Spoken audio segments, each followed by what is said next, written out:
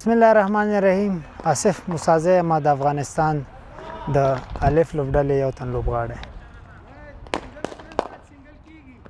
کرکټ خو په 2014 کې زما مشر ورور چې دا هغه هم کرکټر و، اوس چې دا فلحال انټي ډاکټر ده، نو هغوی ته په کتو سره هغوی به ټینس بال کرکټ کوو، بیا هغه نه بعد هغوی هډ بال کرکټ کوو. همدا موږ ایسل ته ورتلو او کرکټ به هم چې دا په ټي وي کته، همغه و چې د کرکټ سره علاقه پیدا شوله او په 2014 کال کې چې دا رسمي کرکټ یا اکیډمي کې داخله هم چې دا هغه پیل کړه او د همغه 2014 کال کې بیا په ننګرهار کې د 19 کلنو ټرایل یا امتحان و، نو ما هم په هغه امتحان کې ګډون وکړ. خوشبختانه همغه امتحان کې زه کامیاب شولم او د ننګرهار منتخب 19 کلنو لوبډلې ته چې د انتخاب شولم.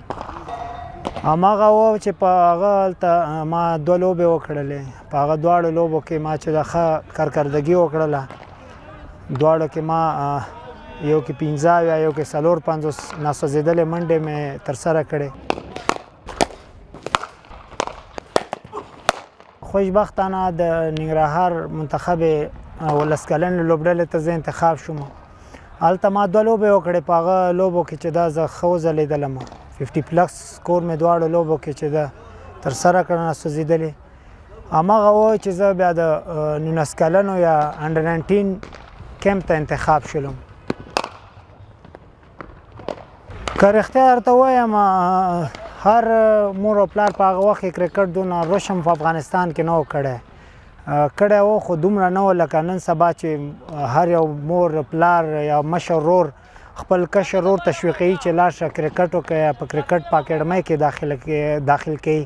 په هغه وخت کې چې زما کورنۍ غوښتل چې زه تعلیم وکړم او په اول سر کې لږ دغه ستونزې وې چې زه ورسره مخامخ وم. بیا چې کله د 19 کلنو کیمپ ته انتخاب شولم، نو نظیم جار عبدالرحیمزی زمونږ د کورنۍ کرکټ مسؤل په هغه وخت کې بیا زما نه پوښتنه وکړله چې څنګه تشویق کوي دې څوک. بیا ما ورته کیسه وکړه. بیا زما پلار ته زنګ ووه، هغه د کور ودانې چې ما ته د کور نه اجازه راواخیسته د کرکټ لپاره. همغه و چې خپل کرکټ ته مې ادامه ورکړه. ما خو د افغانستان دپاره په 19 کلنو کې د اسیا جام لوبې کړي دي. په 2019 کال کې د نړیوال جام لوبې مې په 2020 کال کې کړي په ساوت افریقا کې چې کوم ورلډ کپ و. هغه نه بعد بیا زه الف لوبډلې ته انتخاب شولم. عمان ته موږ سفر وکړ، هلته الف لوبډلې سره ولوبېدلم او په دې هغه اخرو کې چې د افغانستان د ملي لوبډلې چې انډیا سره موږ سیریز لرو، د هغه ته 22 کسانو کې انتخاب شوی وم او د ملي لوبډلې سره ما 15 ورځې کیمپ وکړ او هغه کیمپ نه هم چې دا ډېر زیات زده کړه وکړله. هلته موږ سره په ډېر شیانو باندې کار وشو. Should go for the big shots. Middle the ball. Went deep in his crease and played that one beautifully for 6 runs. Another Khpalwag Mobile 6 added to the total. Pause in the innings. Full toss and that will run away for 4. That is huge. Long off for a big 6. په دې اخره کې بیا په شپږیزه لیګ کې چې ولوبېدلم، نو زه د خپل پرفارمنس نه ډېر زیات راضي یم او خوشحاله یم او ما ډېر ښه پرفارمنس وکړ الحمدلله. Short on delivery, slow as well, and that is dispatched. Goes deep in the crease. Full length again, Yokel in delivery. That is beautiful. 2 sixes. Taste serving delicious food and memorable during experience for families and cricket fans alike. Already lost 4 wickets. Oh, shot. لوبې خو موږ ډېرې وکړلې. بیا کارکردګي د 19 کلونو مخکې موږ دلته ټرایل میچونه کېږي. ټرایل میچونو کې ما سینچریانې هم وکړلې، 50 هم وکړلې. نو همغه 19 کلنې لوبډلې ته انتخاب شولم او پرفارمنس خو مې کړي دي. خو یو میچ یادګاري میچ د هغه زموږ د پاکستان په خلاف، پاکستان نه موږ په اسیا جام کې لوبه وګټله. همغه لوبه زما دپاره نه هېرېدونکې ده او ډېر خوشحاله و په هغه وخت. هغه نه مخکې چې د په 2014 کال کې چې د نوین الحق کپتان او هغه اسیا جام چې د افغانستان 19 کلنې لوبډلې وګټه مونږ چې کله په ټیم کې وو په هغه وخت کې زمونږ فرحان زاخیل کپتان او د هغه په کپتانۍ کې موږ د پاکستان لوبه وګټله. په شپږیزه لیګ کې د بوس ټیم لوبغاړی وم او هغوی سره په لوبډله کې وم او کارکردګیان خو ما په خپل پوزیشن باندې چې ما ته په کوم ځای چانس راکول کېده نو هماغه و چې ما په لږو بالو به مې ډېرې منډې کولې او خپل پرفارمنس نه ډېر راضي یم. په شپږیزه لوبه کې لوبېدل د هر یو لوبغاړي په افغانستان د داخل کې د هر یو ارمان ده چې په دې لیګ کې ولوبېږي په دې ټورنمنټ کې او بیا د هغوی سره غټو پلیرانو سره ډریسنګ روم شیر کول یا شریک کول په هغوی سره په یو ځای کېناستل په یو ځای پاڅېدل دا د هر یو پلیر دپاره ډېر یو غټ اپورچونټي ده ډېر یو غټ موقع ده چې د هغوی نه ډېر څه زده کړي د هغوی نه پوښتنې وکړي په کوم شي کې مشکلات لري نو دا د زده کړې دپاره د هر یو لوبغاړي دپاره ځوان لوبغاړي دپاره دا یو ډېر غټ زرین چانس ده چې هلته ځان هم وښیي او همدارنګه د مشرانو لوبغاړو څخه زده کړه وکړي.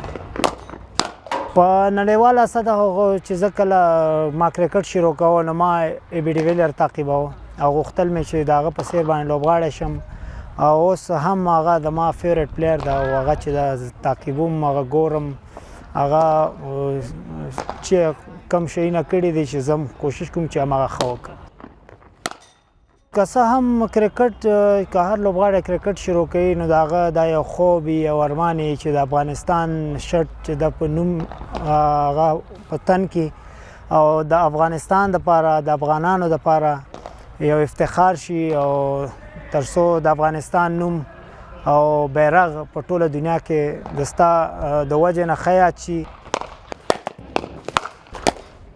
همدغه د اکیډمۍ ته راځم زه خپل 100% کوشش کوم چې زه اکیډمۍ کې ډېر زیات محنت وکړم چې زه د اکیډمۍ نه وځم چې زه ښه ستړی شوی یم زما شرټ چې د لوند شوی زما ټروزر چې ما ته اندازه وشي چې هو ما نن د زړه نه 100% محنت کړې ده او زه مطمئن شم چې هو ما محنت وکړه نور چې دا ورکړه د الله لاس کې ده او همدا شی نه دی چې په ډومسټک په کورني کرکټ کې ته ښه ځلیږې نو ته به تر ملي لوبډلې پورې رارسېږې که تا زما وروستۍ لوبې وګورې په فرست کلاس کې همدارنګه په شپږیزه کې نو ما ډېر ښه پرفارمنس کړی ده همدا وجه ده د پرفارمنس د نګاه نه چې ته څونه پرفارمنس څونه کارکردګي کوې همهغه نه ته مخکې راځې.